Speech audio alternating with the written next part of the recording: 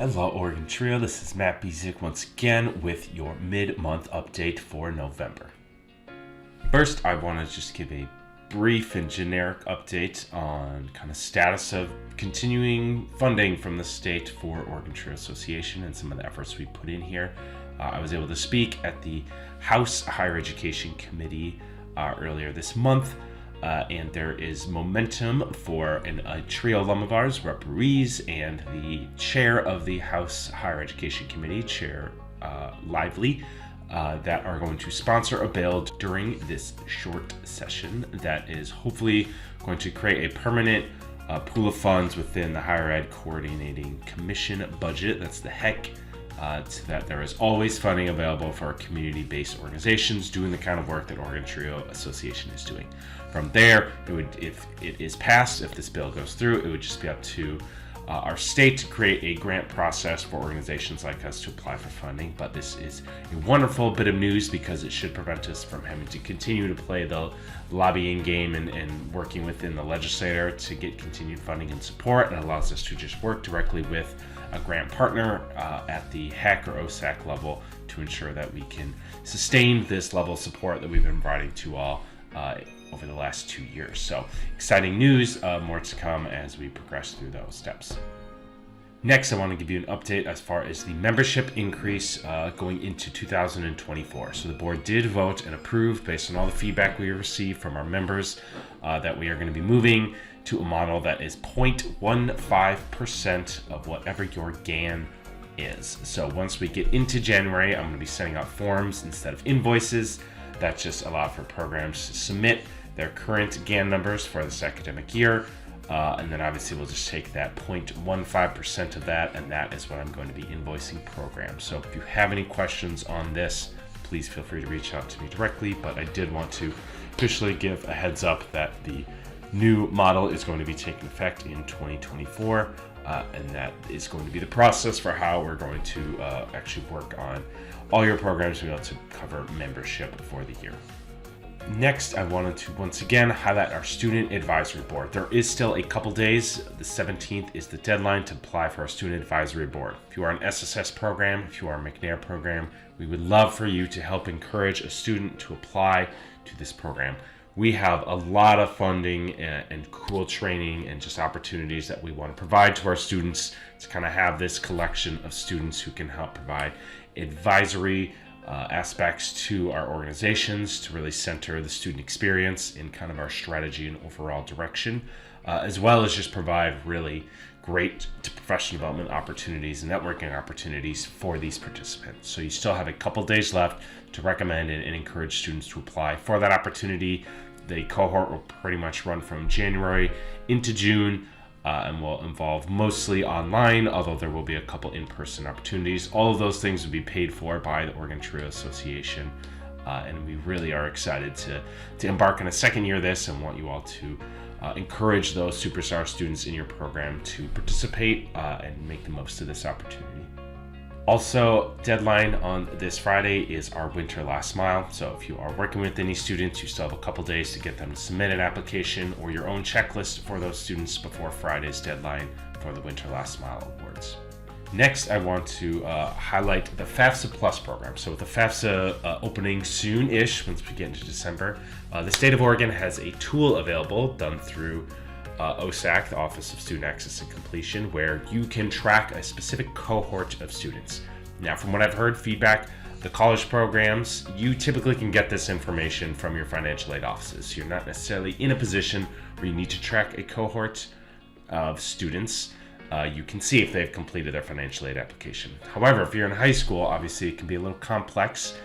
So I spoke with the individual, Lori Ellis, who manages this program at the state level, and I've sent instructions to all of the directors for these programs that basically says if you contact her directly and indicate what institution you represent, as well as the names of all the people on your staff that would need access, she can just do the work behind the scenes separate from the application to make you like a designated partner. And then from there, what you can do is upload rosters with all of your seniors, no matter how many high schools they're for. There's kind of these school codes that you can attach to each student to indicate which high school they go into. That's part of the roster you upload. Otherwise, it's basic directory information in terms of names, date of birth.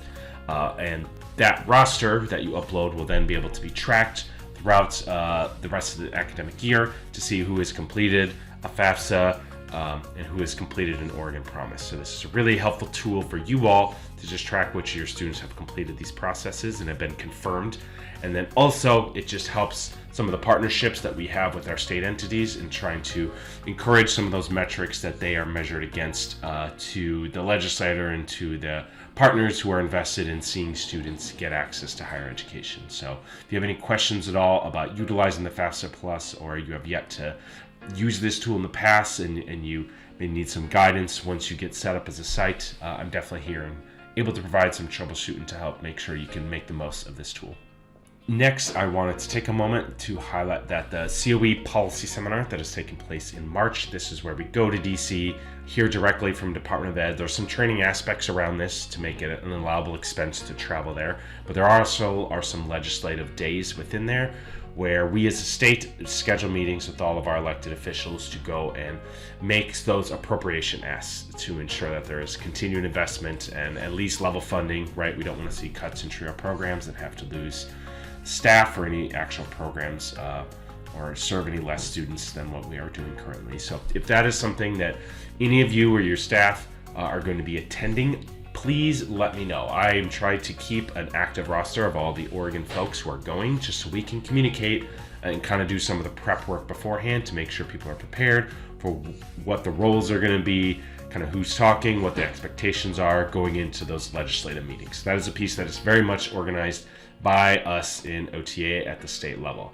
COE brings us all together, but we organize those meetings and help prepare you for what is said and what your role can be, and make sure it's a good fit. It's not meant to be overwhelming. If this is something that's really scary to you, we typically can balance the workload enough of what is happening in those meetings so that you are not put in a place or position that feels uncomfortable for you. So if you're going to policy seminar, please let me know. Also, if you are a newcomer or this is your first time going, there are ways I can register you with a continuing participant, somebody who's been before, to reduce the registration costs for you to attend. So it can help save you money as well by doing it that way.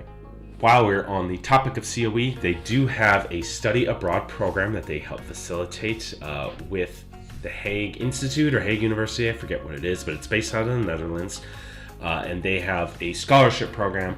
The program is called the Keith Sharon Global Leaders Program, and it is trying to get students from all over the entire country to go on these study abroad programs. It is I think a 3-week program. It is pretty affordable, and they try to take students from, well, at least one from every region. Usually there's about 14 to 16 students that are selected each year. Oregon TRIO Association, because we have funding to help support educational abroad initiatives, we are willing to cover the costs for a student. Typically they don't send in more than one student per state. If we get multiple students that get sent, we can have a conversation if we have enough funding to cover both.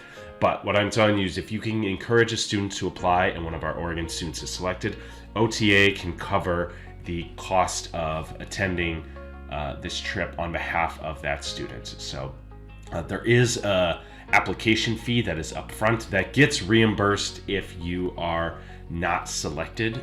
So the student, it's just kind of a temporary hold on those funds. But if a student is selected to go by COE, we'll just be in contact or kind of reach out to Oregon TRIO Association, and we can help facilitate paying for those costs. Your student can take advantage of this opportunity. So you all as staff at the SSS level, please really encourage your students who maybe want to do a shorter study abroad experience to look into this and maybe complete an application, as they will not need to worry about the financial aspects to participate.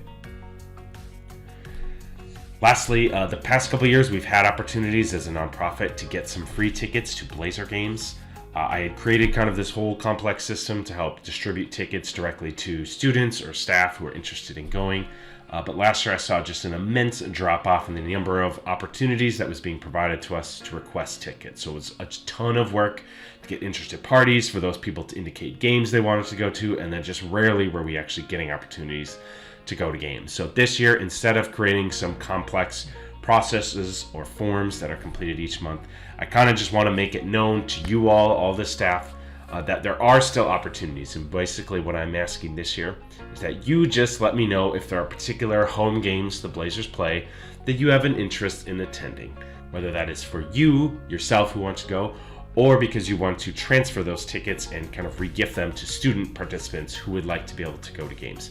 I often don't know until like a week or two ahead of time that we even have an opportunity for tickets, and then I often don't get the tickets till a couple days beforehand when I then start the transfer process. So it is a bit of a headache, but that doesn't mean I'm not willing to still do some work and try to give people opportunities to go to games. So if you basically have interest, what I'm asking is that you identify home games that the Blazers are playing that you would like to go to. If you email me directly and say, hey, I would like blank number of tickets, you can pick is up to 10 tickets realistically if you want. If you want 2, 4, you just say, hey, for this game that's taking place on November 17th, the Blazers are playing the Lakers, I would love to get 4 tickets. I don't know if I'm going to get those or not, but if you tell me that now through the end of the season, I can just kind of put some basic reminders in my calendar, and then when the Portland Trail Blazers offer me free tickets for the games you want to go to, I can just submit those requests on your behalf and transfer those tickets to you and just communicate to you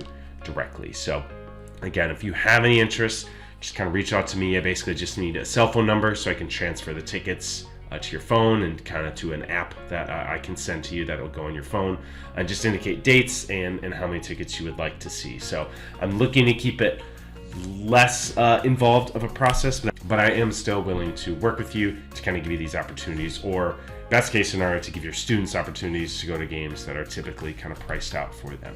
So with that, I want to thank you for staying engaged, keeping on top of all these updates that we have going on, and I hope you all have a wonderful Thanksgiving break as we go into the holiday season and get some much needed calories and time with your families and friends. So with that, let me know if you ever need anything at all. OTA is always here to support you, and I will see you around. Take care.